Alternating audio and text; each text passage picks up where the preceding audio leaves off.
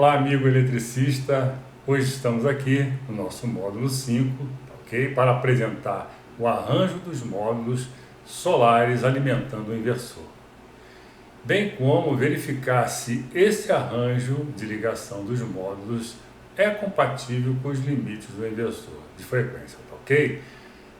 Quem não viu, quem não assistiu os outros módulos, são 4 anteriores a esse, eu estou deixando aqui no link desse vídeo para que vocês possam consultar. Também aqui no cards vai ficar também ressaltado, ok? Então vamos dar seguimento à nossa aula.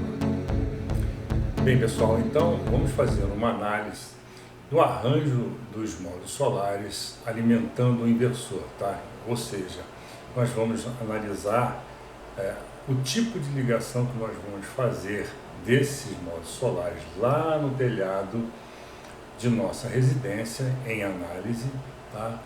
E as características elétricas desses painéis arranjados da forma que nós vamos fazer, tá? Alimentando o inversor, e se há compatibilidade, ou seja, se o nosso inversor, como especificado, vai suportar essa ligação que nós vamos apresentar aqui agora. Eu recomendo para pessoas, os eletricistas que não viram os outros 4 módulos, tá, que faça essa identificação aqui nos links, tá, dos vídeos, e possam assistir para entender, porque todas as informações necessárias, valores, tá, dimensionamentos, especificação do módulo solar e do inversor estão anteriormente, ok?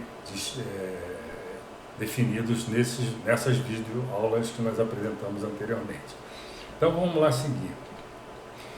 Apresentamos então aqui a ligação dos nossos 7 módulos, tá, de 415 watts pico interligados em série, tá, totalizando então 2.905 watts pico, ok?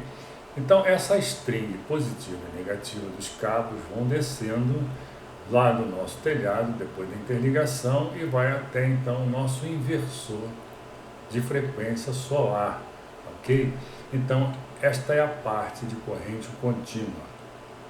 E do inversor então vão partir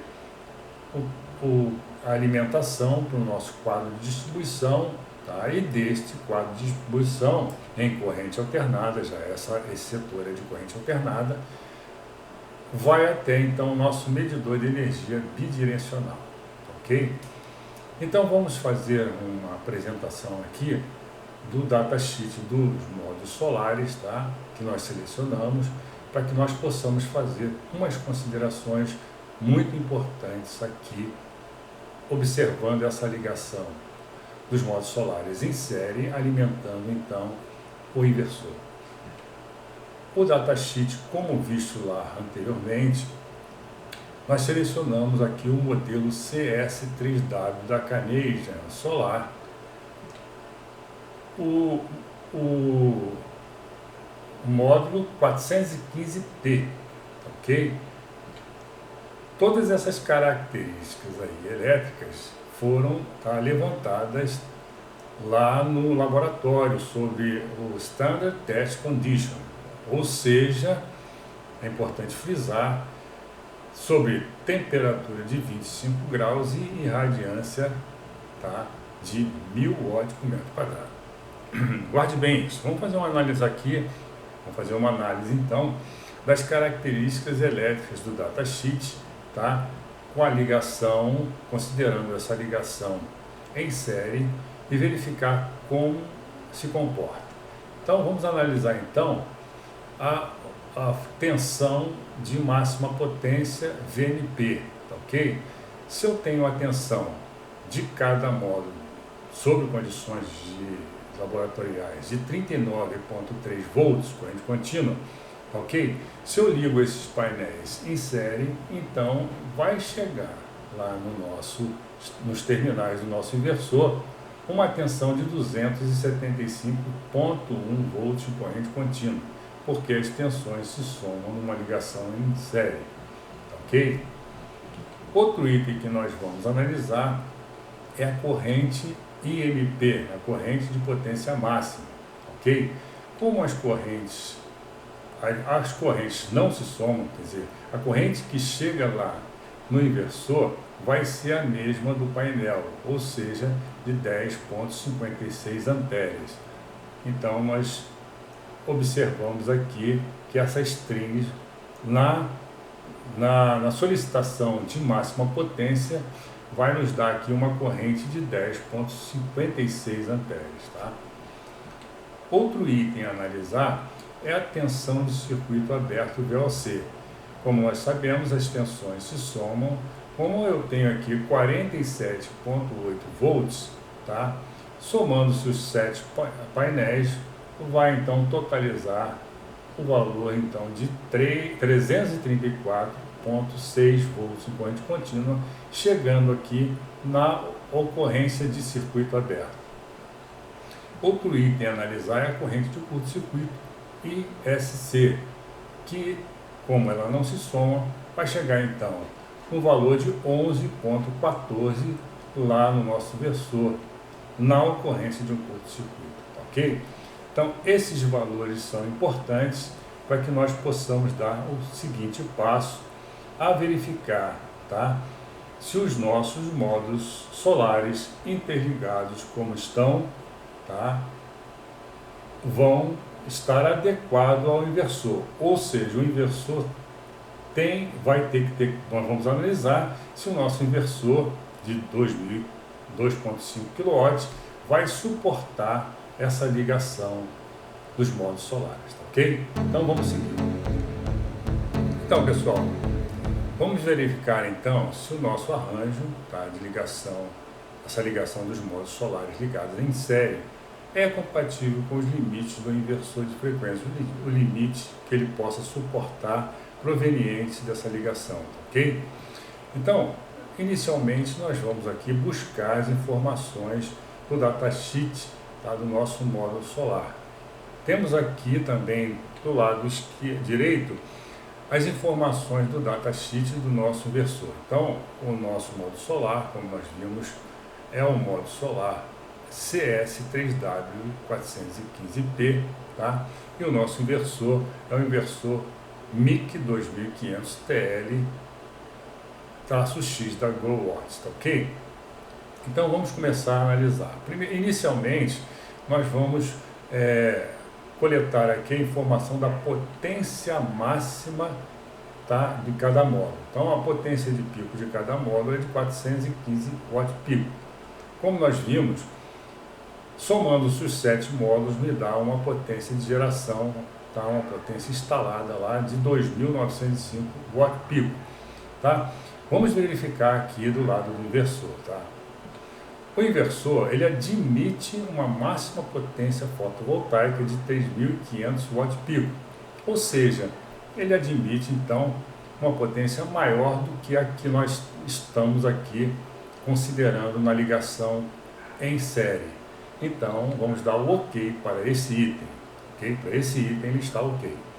Vamos analisar a seguir a tensão de circuito aberto VOC, que é totalizando então de 334,6 volts em corrente contínua. Nesse item, nós vamos considerar então um fator de segurança de temperatura abaixo de 25, ou seja, o que nós estamos falando aqui, né? O que nós queremos dizer com isso aqui?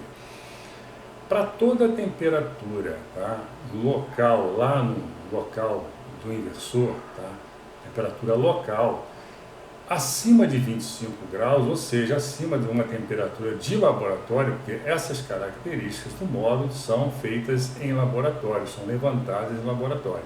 E lá em laboratório, como nós vimos, eles utilizam uma temperatura de 25 graus. Então, essa temperatura de 25 graus, ela não ocorre, praticamente não ocorre nas localidades, tá ok? É sempre diferente, ou para mais ou para menos.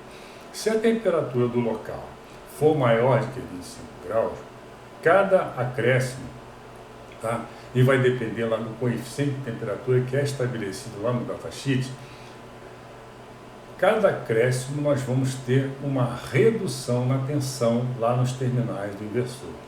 E cada decréscimo, assim, abaixo de 25 graus, nós vamos ter então um acréscimo de temperatura, tá, ok? E essa temperatura para valores abaixo de 25 graus, acrescendo, tá, nós vamos ter problema com o inversor, ok? Então nós temos que considerar um fator que multiplique esse valor de tensão aí de circuito aberto que pode ocorrer, ok? Para que nós possamos ter uma segurança, tá?